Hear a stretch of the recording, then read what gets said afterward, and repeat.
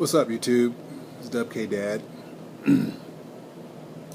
I'll probably preface this by saying that by the end of the video, majority of my subscribers will probably, flee, run out the door.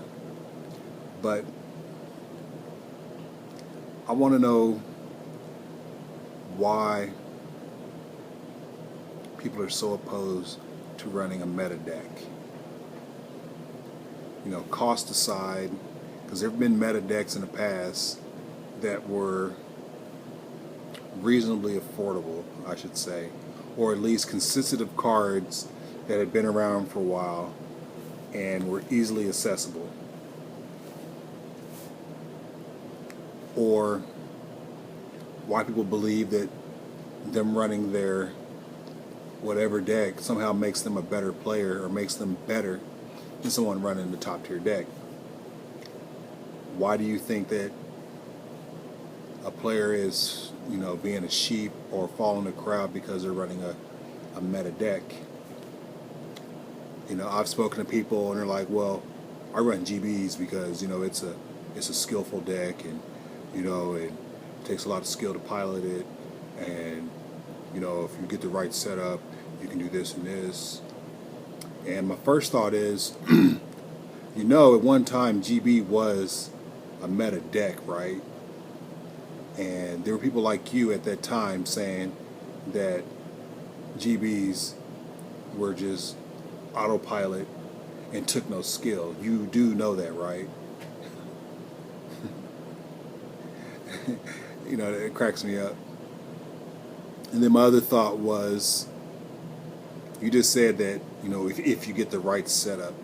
Why do you want to run a deck that can only win if it gets the right setup? Are you really that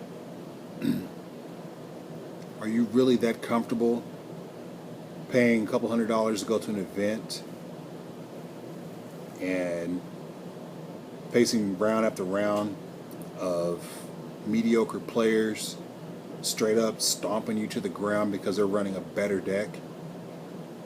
Do you feel good about yourself when you do that? I mean, I don't see the fun in that. Sure, it feels amazing to beat top tier decks with your random pile of cards, because Lord knows I do it all the time. When I went to this last regional, and I took my Nimble title deck, and I was just OTKing people out of nowhere. I summoned Swap Frog, dump a Frog. They're like, okay, Frog Monarchs. I'm just going to set this up and OTK them. And then I OTK them on my second turn. They're like, what the fuck just happened? And that's a really good feeling. But to have to work so hard to break up stupid little setups like Kaiku, Jowgen, Set Fate, 3 cards. Why do I want to work so hard to fight a stupid setup like that? To some people, it's just fun to limit yourself, limit your options, and, go through all the stress. Well, maybe it's not stress, I'll take that back. But to limit yourself and all that and try to compete against better decks, with your pet deck or your inferior deck. Not saying that you're inferior for running the deck, because again, I run fun decks too. But, running what you should know to be an inferior deck and just losing. How is that fun? That's not fun to me anymore. It's not fun to travel to events and losing to better cards. And I know on the ARG website, Patrick Hoban, and I'm not a huge fan of Patrick Hoban, don't get me wrong. I mean, he's a cool guy and everything, but I'm not like one of his cheerleaders. But he brought up some really good points in his article, and I will give him props on that. Um, some people do that to give themselves a crutch. So they go into round one and they win round one, and they win round two, and they win round three maybe. But by round four, a lot of the lesser players are weeded out, and you start facing mainly meta decks piloted by mediocre to average players, and then that's where your struggle begins. When you, as a person who have the life philosophy that, well, I'm going to limit myself and play subpar cards because, my deck is skillful. And then that way, when you proceed to lose, you give yourself the crutch to say, well, I only lost because he's running a meta deck, and he just had all the broken plays, and he's running a deck all these broken cards, and is that what's cool now, to feel okay that you lost because the other person ran a better deck? I don't find that acceptable.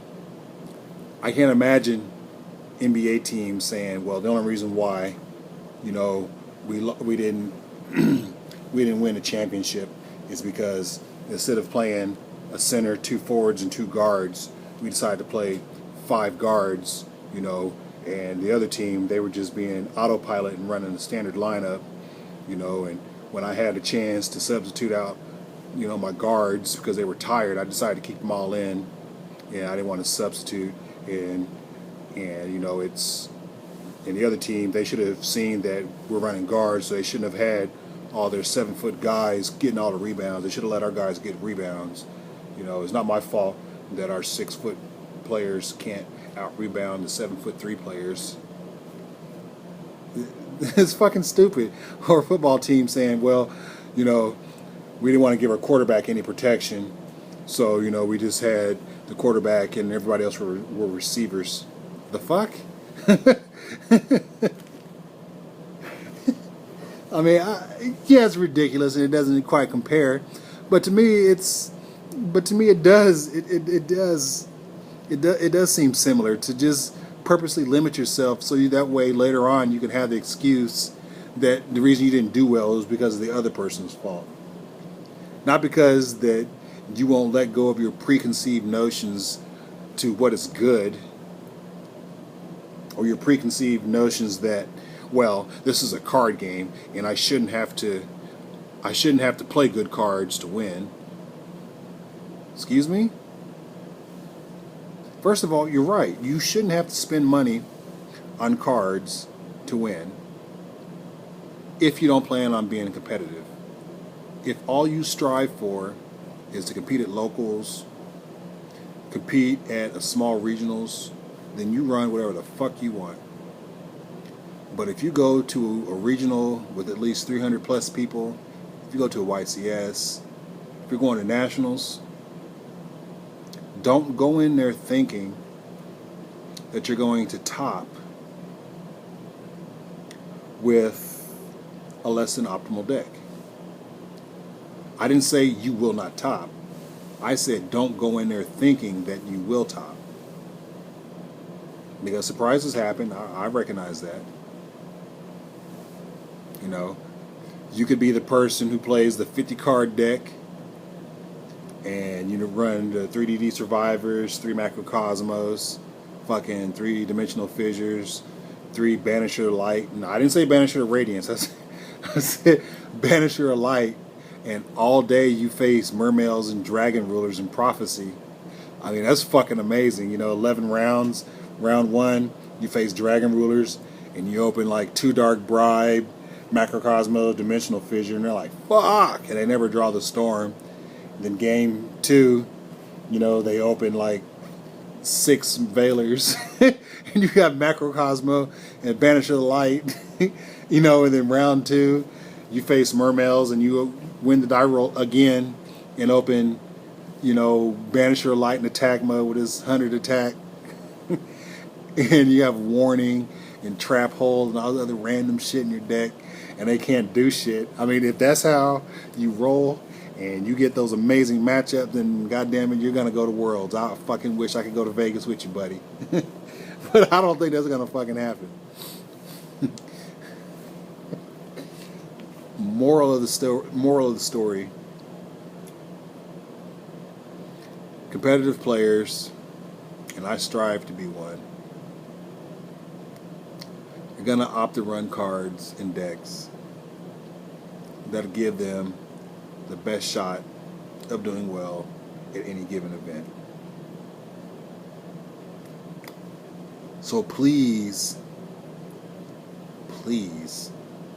if you have it in your mind that you will only run decks that are not popular, I mean, if you're that much of a hipster, then understand the fact that other people will run decks that are popular, not because they're being a sheep, but because that popular deck just also happens to fucking be good. And if you're one of those people who run Gladiator Beasts, if you're one of those people who run fucking windups now that is not good, and all the other shit, all the other decks that are shit now, you know, you're not a hipster, you're not cool because you're running those decks now that they're bad. Because you look like a total fucking hypocrite to say the deck is so amazing now and they're so skillful when not too long ago, you know, they were the tier deck. And now you run it because it's bad. I mean, think about that for a second. Long fucking video again. I'm sorry, guys. It's Dub K Dad and I'm out.